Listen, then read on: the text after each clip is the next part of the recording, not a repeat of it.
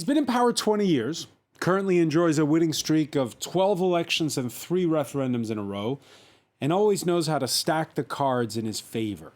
Turkey's Recep Tayyip Erdogan back on the campaign trail, moving up by 1 month the date of presidential and legislative elections to May 14th, while judges and prosecutors keep his most popular opponent busy in the courts. We'll ask about the calendar, the fate of Istanbul Mayor Ekrem Imamoglu, and whether the opposition can force a runoff. If it does, perhaps then all bets are off. Turkey's reeling from skyrocketing inflation, foreign investors spooked by nepotism, and incumbent fatigue in a nation where the youngest voters have never known another leader. What's Erdogan's answer? The Turkish president still has other cards up his sleeve, patching it up with Gulf state rivals whose pockets are deep, renewing ties with Syria with an eye to expelling refugees who've grown unpopular with many voters, and picking fights with NATO allies to the delight of the right. Today in the France 24 debate, is Erdogan unbeatable? Joining us from Istanbul, Yusuf Arim, chief political analyst at TRT World. Welcome back to the show.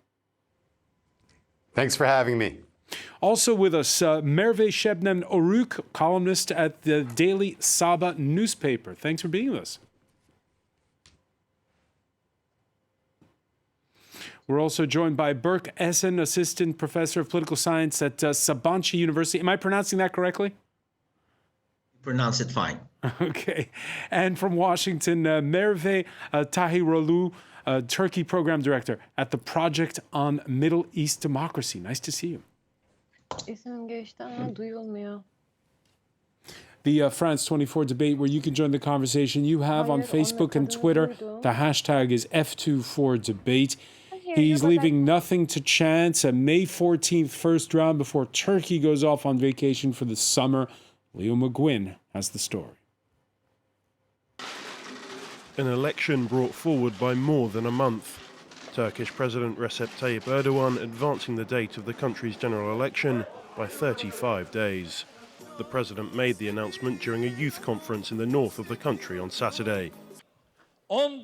I thank God that we are destined to share our path with you, our valued youth, who will vote for the first time in the elections to be held on May 14th. This year's elections were set for June the 18th, but members of the ruling AKP party suggested moving the date in order to avoid a clash with summer and religious holidays. It will be the first time presidential and parliamentary elections will be held on the same day in a new system introduced by the president in 2018. It is shaping up to be the most challenging election in Erdogan's 20-year rule, with Turkey's struggling economy seeing the 68-year-old's popularity plummet as inflation continues to soar. He has also been accused of eroding the country's civil rights, some calling his presidency a one-man rule. The decision comes as a 6-party opposition alliance attempt to decide on one candidate to challenge Erdogan for the presidency, and now they will have even less time to prepare. One of the favourites in the opinion polls is Istanbul's opposition mayor Ekrem Imamoglu, but he faces staunch legal battles. He was last year sentenced to jail time and banned from politics for insulting election officials. He has appealed the ruling and can technically run for president. All this has left Kemal Kılıçdaroğlu as the most likely candidate to stand against Erdogan on the 14th of May. Considered less charismatic than Imamoglu, he has already lost several elections to Erdogan and is struggling to secure the support of the other opposition leaders. If no candidate secures more than 50% of the vote, a second round of voting would be held 2 weeks later on May the 28th. Yusuf Harim, before we talk about the opposition, moving this election up by 35 days, what does that do for Recep Tayyip Erdogan's prospects? Well, first of all, it's moved up by 35 days due to seasonal conditions, due to summer vacation, Ramadan being earlier, so they couldn't move it up into April. Also Hajj season as well. So it makes it more convenient for citizens to move it up to the May area. Now, the major opposition was talking about possibly April 6th as a date. The Turkish president desires May 14th as a date. There's been some squabble over the dates, but it looks like it's going to be moved up regardless whether it's going to be May 14th, April 6th. We'll have an official day sometime in March once the bureaucratic process is completed. So we could move up further. I don't think it's going to. I mean, it's a small possibility, but it looks like May 14th is probably going to be the day. But when we look at past elections during the AK Party era, when President Erdogan has won elections, he's won 3 elections in the month of June. June has been a lucky month for him at the ballot box. So moving it to May seasonally and historically, when we look at it, I don't see much of a meaning, or I don't see much of an impact on the ballot or voter-wise that it's going to shift the election in any one party or any one candidate's favor. Merve Tayyip, your thoughts on the timing of this election? Well, the timing of this election, I think it's meaningful symbolically for both Erdogan and the opposition, because it does come, I mean, if it ends up being on May 14, it'll be on a day that marks Turkey's first free and fair election out of the multi-party system in 1950. So there's a symbolic importance to it. I think from the opposition's point of view, it definitely makes it more difficult for the opposition to take its time, continue to take its time, not announcing who their candidate is going to be to run against Erdogan. But on the flip side, I think it could be of advantage to Istanbul Mayor Ekrem Imamoglu, who, as you know, has been convicted of insulting the state and therefore will have a political ban on him if his conviction gets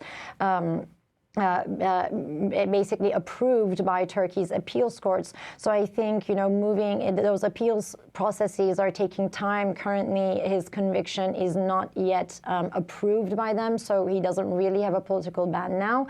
I think the earlier the election is, it would make it higher for his chances to be able to run as a potential candidate of the opposition against Erdogan. Well, let's talk about Ekrem Imamoglu. He was elected mayor of Istanbul despite a redo at the ballot box. He started his week in Athens, addressing a meeting of fellow mayors from around the region and making subtle digs at his one-time predecessor. Recep Tayyip Erdogan was mayor of Istanbul as well before becoming prime minister and then president. When I look at Balkan geography, I see an equal, rich, hopeful, democratic and peaceful future built by creative people of all origins and faiths, not a past ruled by kings, Caesars and sultans.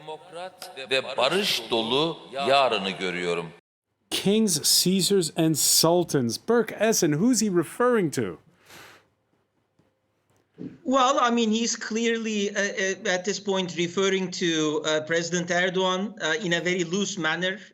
Currently in Turkey, we have an authoritarian regime whereby Erdogan has monopolized power, especially over the past decade. And Imamoglu, being the young, charismatic mayor of Istanbul, is geared up to challenge this regime. And I think he's loosely basing his criticisms or leveling his criticisms against Erdogan. However, I should also point out that, if the election date is changed, this is going to be Erdogan's term, and he's actually constitutionally barred from running for office. It is running for the office of the presidency a third time, unless the parliament calls for elections, and the ruling coalition does not really have sufficient numbers within the parliament to call for early elections. Most likely, it seems that Erdogan is going to disband the parliament, but he's not really allowed to do so and then run for office a third time. So most likely, we're going to experience President Erdogan take an unconstitutional decision to become the candidate for the ruling party. So we're looking at a very, very interesting election where we have a candidate who, in this case, Ekrem Imamoglu, who is clearly feared by President Erdogan. And that's, I think, the main reason for his unjustifiable political ban. So the next few months, we're going to see a lot of legal arguments and challenges.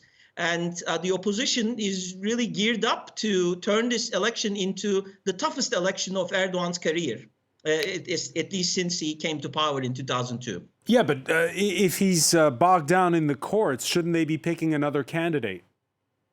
Well, he's not really bogged down in the courts. This decision is going to go through the appeal process. And normally the appeal process would take more than a year. And, now that it seems the election time is moved up to May, we only have 4 months. And I don't think that it's going to be enough time for the appeal process to run its course. So most likely, Erdogan is not going to have sufficient time to really prevent Ekrem Imamoglu from running. I think this argument is being used by both pro-government analysts and some people within the opposition circles to prevent Ekrem Imamoglu from running for office. So I think there is enough grounds for him to become a candidate. And looking at the opinion polls, it seems that Imamoglu's political ban is really not popular. And Imamoglu has already started touring the country.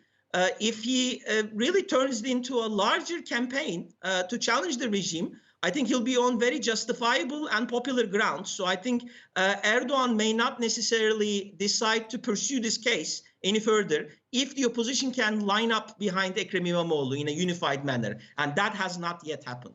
All right, lots of variables put forth there by Berke. Merve, Şebnem, Oruk, let's take them in reverse order. First off, if you're the opposition right now, do you prepare a plan B, or do you throw your weight behind the mayor of Istanbul?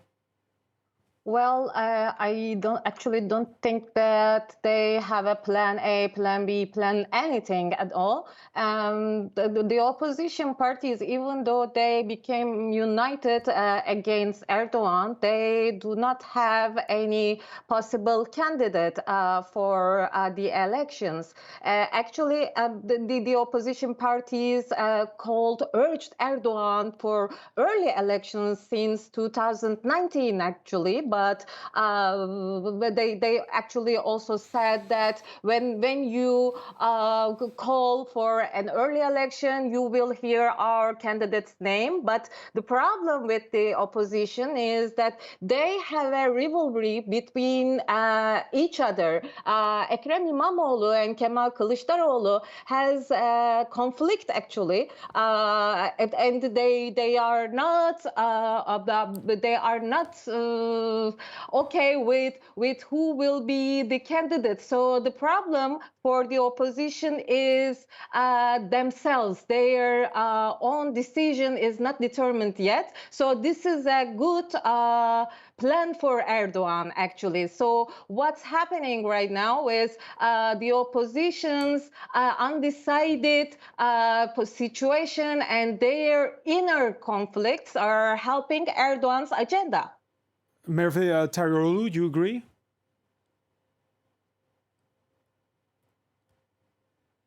For a lot of opposition voters watching this, campaign season over the last 6 months, that the opposition grouping of 6 parties has still not come up with a joint candidate, that they haven't agreed on one. I do think that's frustrating a lot of voters, and it's creating a lot of disappointment in the opposition. But I also think that for many voters, as we've seen all of the opinion polls, this election is really about bigger things. It's about Turkey's democratic future versus a more autocratic future.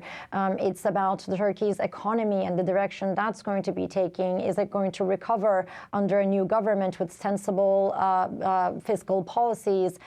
Is there going to be an independent central bank? Or are we going to continue down this path where inflation keeps rising and the cost of living keeps rising for the people, and it becomes unbearable for a lot of the citizens?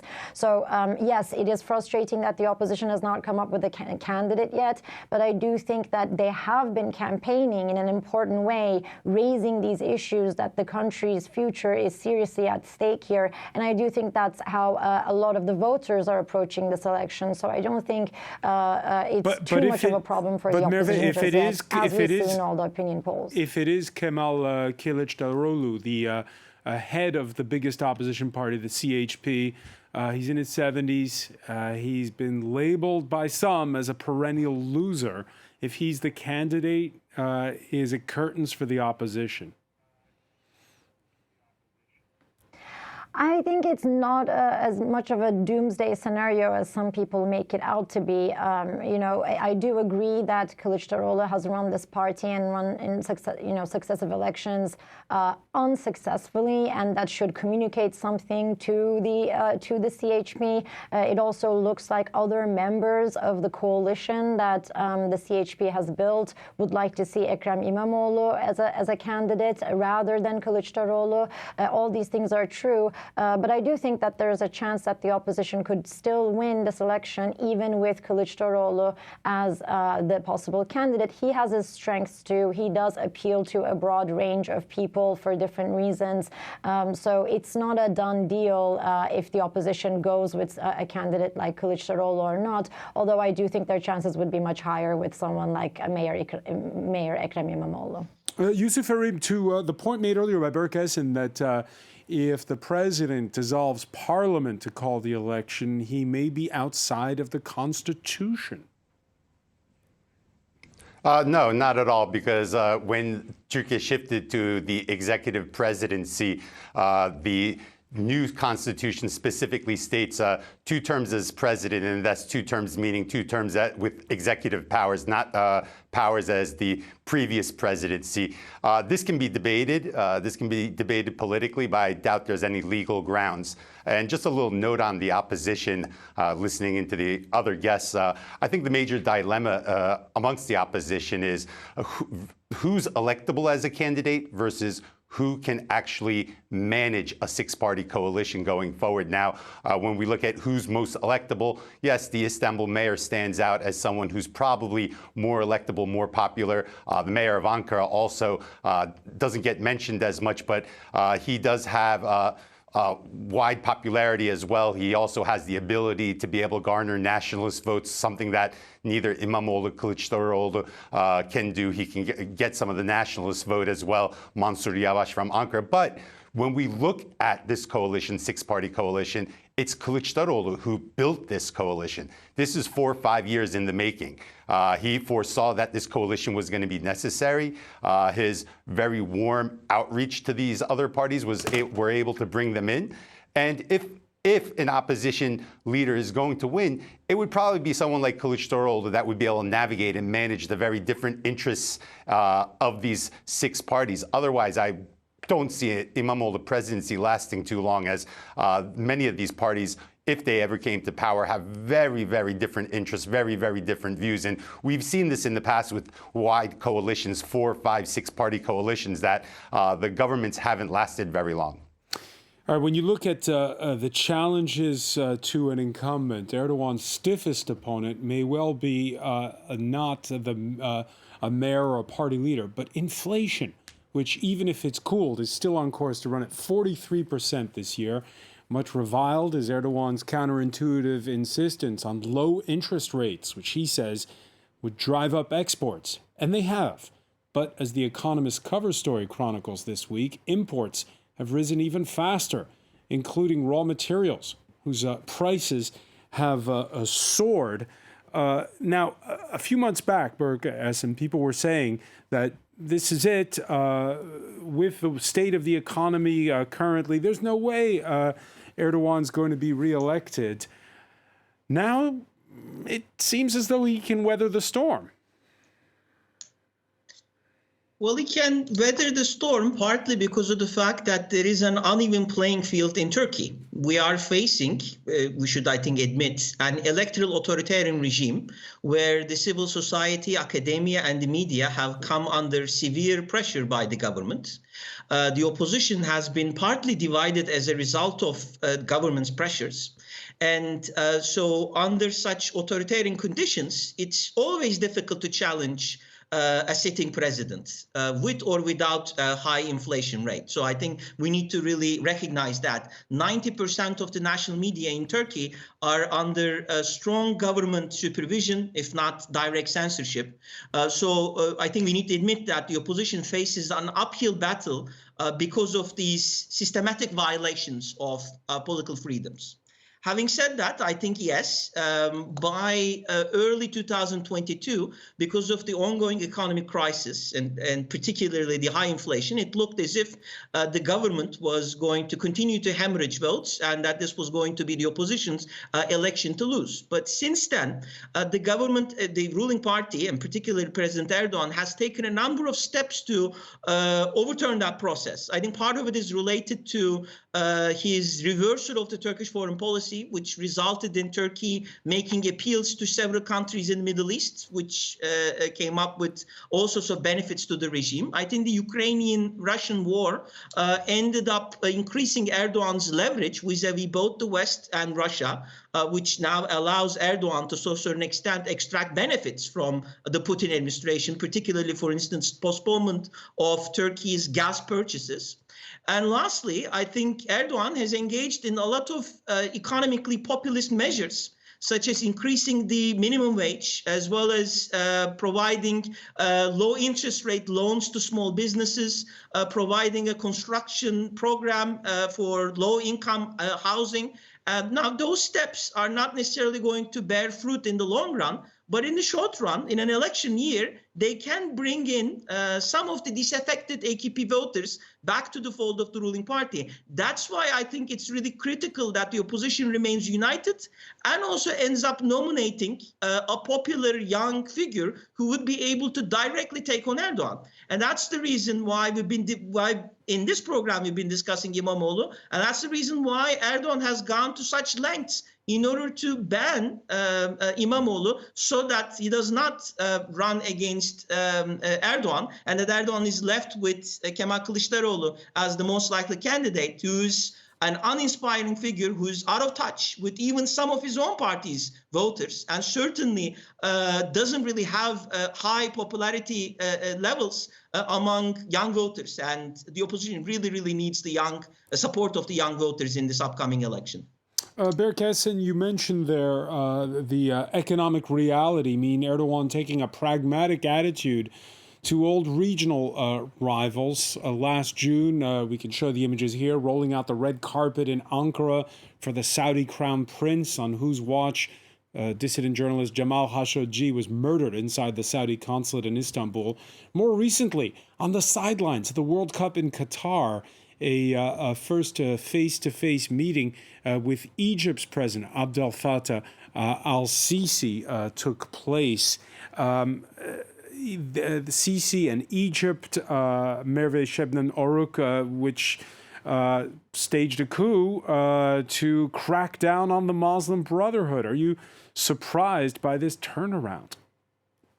Well, actually, it's been a decade, and it's a very long duration to have a grudge against each other. But recently, most recently, especially with the United Arab Emirates and with the Saudi Arabia, Turkey had problems, not only with regards to Egyptian coup d'etat in 2013, but most recently in Libya and Eastern Mediterranean, and many issues has become a problem, and Turkey and Qatar has been in a rivalry with the UAE and Saudi Arabia, but it's a really long time. And not only Turkey, but also the United Arab Emirates and Saudi Arabia, they decided to change their policy in the Middle East, especially after Donald Trump lost the elections in 2020, and they knocked the door of Ankara to change the situation between Ankara and their own capital. So this situation, of course, is beneficial for Erdogan because the economy in Turkey is in a bit struggle, but not only that, but the opposition party's situation right now, it's the most surprising and the most questioning situation for Turkish people. Yes, all these changes in the foreign policy and the economical situation in Turkey is a question mark for Turkish voters, but they are looking at the opposition groups, and they are in conflict with each other over the candidates, and they are not giving hints about their policies if they become the ruling party in the future. So they are not giving hints about their foreign policy or what they will do to change this situation, the worsening situation in economy and etc. So the voters in Turkey are now asking who will change the worsening situation. So the opposition parties have just one thing to do, actually. They will give promises, they will give vows to the voters, but they are not doing this. They are just saying that they will change the presidential system and they will take Turkey back to the parliamentarian system. But this is not on the voters' agenda, actually. They are asking, as Merve said, they are asking about the future of Turkish economy, and then they are looking at the back, and they are saying that, okay, for 20 years Turkey has changed in a very good way, and Erdogan was the architect, Erdogan was the builder. So if we are in a bad situation, so Erdogan will be the one who will change this situation. So all these foreign policy shifts and the economical situation, they are still helping Erdogan, not the opposition parties. You agree with that, Merve Tariolu, that right now Turkish voters, they don't look at what was described earlier by Berk Essen as an authoritarian bend. They're looking at the legacy of what's happened in the long arc over the last 2 decades. I mean, I think they are looking, I think the primary concern on everybody's mind is the economy, and also with regards to some of Turkey's foreign policy failures that Erdogan has been trying to rectify in the past few months, in the last year. But I think regardless of if they're taking the long view or the short view, what we're seeing is a record of 20 years of, yes, some successes, but I think especially in the last decade, a lot of failures. In terms of foreign policy, I mean, in terms of the economy, I think, we can safely say that the majority of Turkish citizens seem to be blaming exactly President Erdogan and his government for Turkey's economic misfortunes right now, for the crisis that's it's in. If we're looking at Turkey's democratic turn into basically an authoritarian state, they know who is responsible for that. And in terms of foreign policy, I mean, part of these U-turns that you mentioned, and part of the reason that Erdogan is doing these U-turns right now is because all of the political fights that he has picked with every single neighbor that Turkey has in the last decade has seriously isolated Turkey in the region. And I think that Turkey has been suffering from that. Not to mention Turkey's much deteriorating relationship with the West. I mean, because of Erdogan's policies, Turkey has been sanctioned by the United States. It has been sanctioned by the European Union. Right now, it looks like there's no way Turkey will ever get into the European Union, especially not with this record, with this human rights record at home. And it's on the brink of getting expelled from the Council of Europe, that it was one of its first members to join. These are very important foreign policy mistakes, I think, that has put Turkey in a bind and really isolated Turkey and tarnished its international image in terms of its foreign policy. So whether we're looking at it from a foreign policy point of view or in terms of the domestic trajectory, the economy, the institutions, Turkey's democracy, policy, human rights record, I think people are, if they're looking at, the record of President Erdogan in the last 20 years, they're seeing a lot of mistakes, a lot of foreign policy U-turns, a lot of putting Turkey in a corner. I don't think that this is the kind of leader that's trustworthy to take Turkey out of these conundrums moving forward. Right. Turkey, which, as you were saying, still a candidate to join the European Union, very much still a member of NATO. And last week's burning of a Quran by a Danish far-right provocateur in Stockholm, uniting all Turks in condemnation, be they pro or against Erdogan.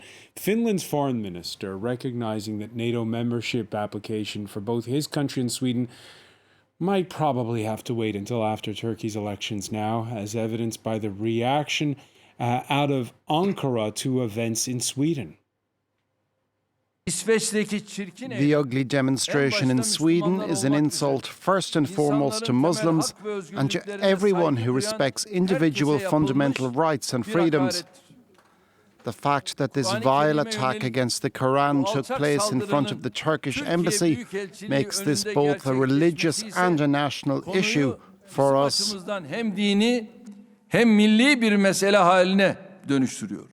Fundamental rights and freedoms are in the eye of the beholder. Just ask Germany's foreign minister. She spoke this Tuesday before the Council of Europe in Strasbourg. Annalena Baerbock denouncing the jailing of Kurdish parliamentary opposition leader Selahattin Demirtas and Erdogan critic and millionaire philanthropist Osman Kavala. All member states have to respect the European Convention on Human Rights and implement the Court of Human Rights judgments based on it. And it worries me deeply that for years the Turkish authorities have been ignoring the court's demands to release Osman Kavala, whose detention the court considers to be politically motivated. And yes, it was good that there has finally been a visit, but this is nothing to applaud about because Osman Kavala shouldn't be in prison. It's been described as a personal vendetta on the part of Recep Tayyip Erdogan against Osman Kavala, but this is just one instance where critics, Yusuf Arim, have been saying that is spooking foreign investment, the turn that Turkey is taking and its president. Well, when we look at foreign investments right now, when we look at the region, the Middle East, it's had a chaotic decade. The Arab Spring, Syrian civil war, the rise of ISIS, the fall of ISIS, multiple conflicts. So I wouldn't say what's spooking investors is Turkey or Turkey's governance style. I would say the multiple conflicts all around Turkey's borders, instability in Iran right now, a war in the north in Ukraine going on. And when we look at this neighborhood, this destabilizing neighborhood, Turkey is a pillar of stability. I mean, it's been a pillar of stability for a long time. And I was listening to Mrs. Tayyip. She was talking about foreign policy failures. I see tremendous foreign policy successes. I see a lot of successes. I see Turkey pushing the fight against terror outside of its borders now and being able to secure areas in its southeast, making them much more stable, taking the fight against terror into Syria, into Iraq, being able to broker major international deals like the grain corridor deal, the prisoner swap deal with Ukraine, being able to change the tide in the Syrian civil war or the Libyan civil war as well, being able to bring it to a stalemate, bring parties back to the table. I think these are massive successes, and I think that these are all That's done not how the under, German foreign Turkish minister President saw it Recep in Tayyip that. Erdogan. That's not how the German foreign minister saw it in that clip we played. Well, the German foreign minister was mainly talking about the Kavala case. The Kavala case, it's a court case. I mean, I don't know how much you want me to be able to comment on a court case. I'm not a legal expert. I don't have privy to the exact details of the case, how it went, but it's been appealed. It's been seen by multiple courts. There's been tremendous international and foreign pressure to release him. And despite all this pressure and politicization of the court case, there was a guilty ruling. So we leave it at that. I trust the Turkish courts and I trust their rulings, especially in this type of politicized and polarized atmosphere that was created, because we saw pressure from the United Nations, from the EU, and specifically regarding Osman Kavala and multiple times. And again, I'm not a legal expert, so I really can't comment on the specifics of that case. Berk Essen, does what Europe thinks matter for this election? Well, it probably doesn't matter for the electorate at this point, but since Turkey is a member of NATO and wants to join European Union, obviously Turkey needs to take into consideration what its allies, what its European allies think. But I think what's more important at this point is that some of these criticisms leveled against the Turkish government are very justified. I do not trust the Turkish courts at this point because there's no rule of law left in the country, because many of the judges are appointed on partisan grounds by the ruling party. In fact, many of the sitting judges that we have are AKP members, and in fact, some of these people have really conducted politics under the ruling party. So we are experiencing what scholars call to be autocratic legalism, whereby the legal system comes under total partisan domination of the ruling party. But since it's the courts taking decisions against the government critics, then pro-government commentators or pro-government politicians can easily say, look, it's the courts, we can't really comment on that. We can't really interfere with the legal process. Of course, that's not really true. And, anyone who really follows Turkish politics knows that. And in fact, over the years, we've had cases like a former US pastor and a German-Turkish journalist, both of whom were arrested in Turkey on unjustifiable grounds. And they were used by the Turkish government as part of its hostage diplomacy. And it backfired because both the German government and the US government exerted pressure on Turkey, and these people were released. I think in Osman Kavala''s case, he's unfortunate to be in this situation whereby he doesn't really have the protection of any of these Western governments. He's a Turkish citizen. So at the end of the day, it really comes down to domestic politics. But it's quite clear that within Turkey, we don't have rule of law. And that's really what makes it a very complicated process. Now, having said that, unfortunately, I do agree that the Turkish voters, their main concerns are of economic nature. And so this election will be decided not along foreign policy grounds, not on the issue of returning to a parliamentary regime and ending this autocratic government's rule, but rather whether or not the opposition coalition will be able to put forward a set of candidates who would be able to provide good governance and a better management of the economy versus this government who is going to engage in redistributive policies after the election. Now we're going to see which side would have more credibility in the eyes of the voters. But looking at the opinion polls, at least to me, it's quite clear that the largest party in Turkey is the anti-Erdogan party. After 20 years of Erdogan's rule, and under an increasingly mismanagement of the economy, the official interest rates in Turkey is 13%. The official inflation rate in the country is 80%. I don't know what kind of an investor, domestic or foreign, would be willing to come to this country and make huge investments when it realizes that the macroeconomic stability has been completely harmed and the economy is managed by an increasingly personalistic authoritarian regime.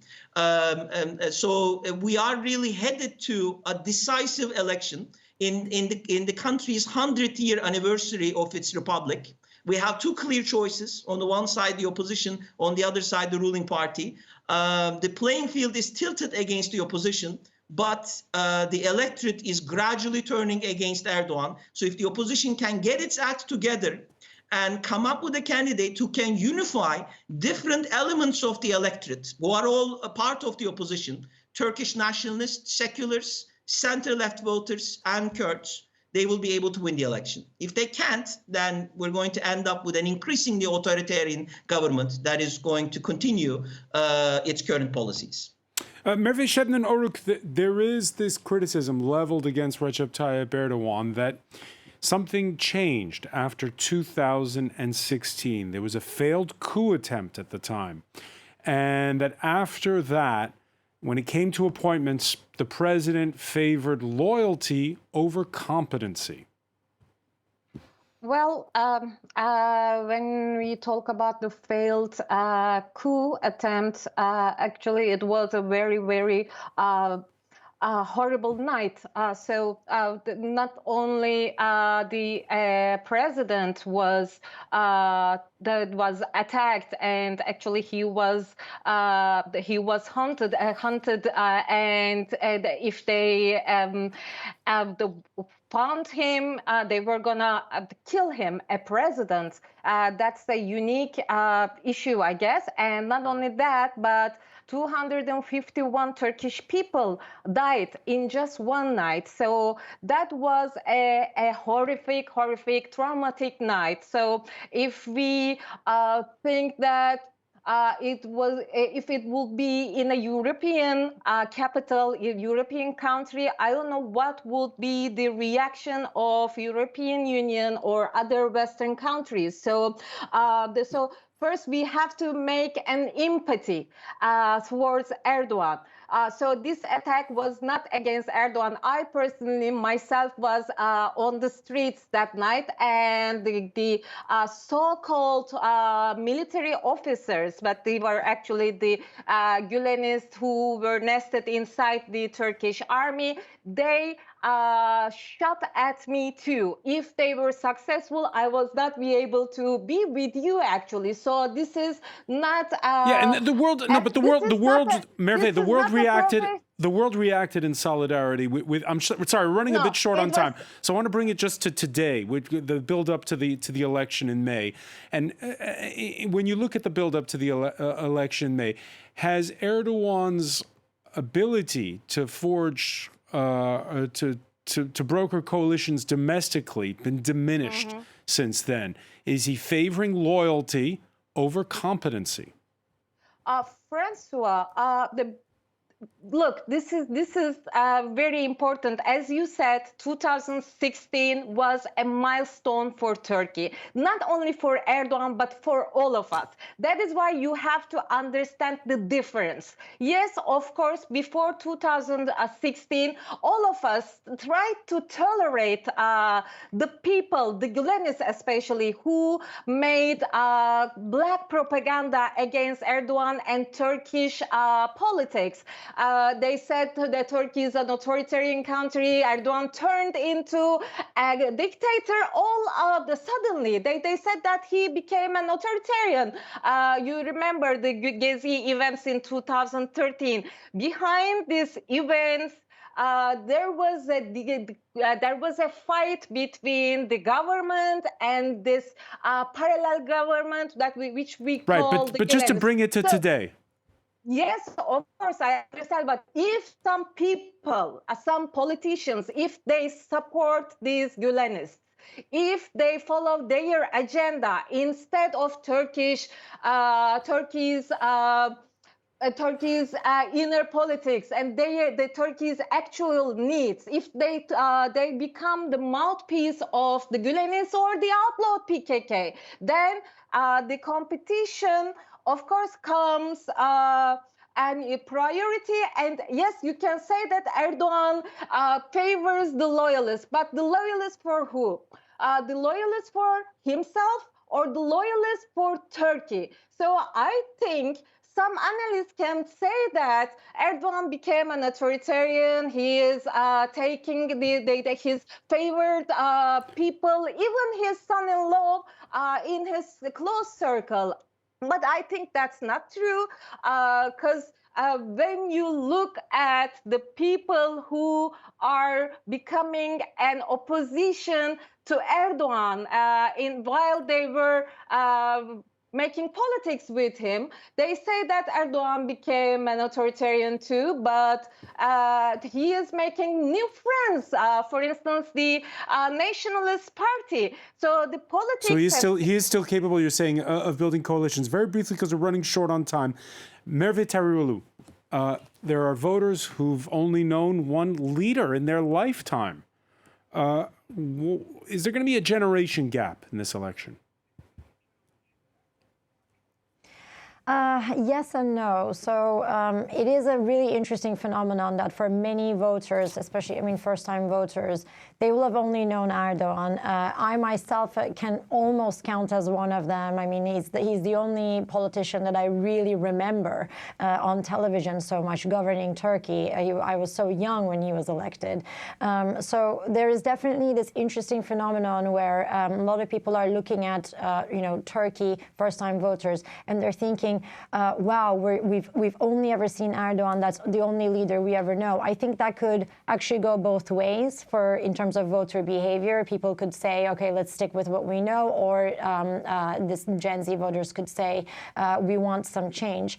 I think it's closer, and opinion polls also show this too. I think for these new-time voters, they are looking for change. They have, as Berk mentioned earlier, Turkey's media is heavily under Erdogan's control. It's, impossible to hear anything critical of President Erdogan, his government, or his policies in traditional media, in 90% of the media.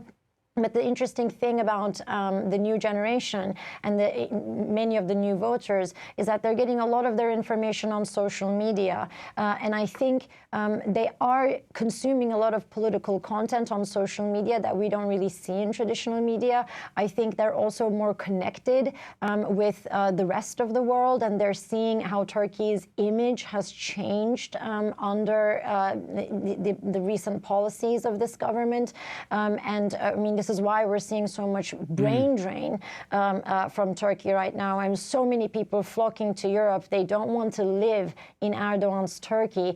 These are a lot of the first-time voters. So I do think that for them, we will likely see a huge tilt towards the opposition, no matter who the candidate is. And we'll have full coverage here on France 24 in the build-up to the election, be it May 14th or earlier. I want to thank you, Merve Tarulu, for joining us from Washington, from Istanbul, Yusuf Emir, Merve Shebnen Oruk, Berk Esem. Thank you for being with us here in the France 24 debate.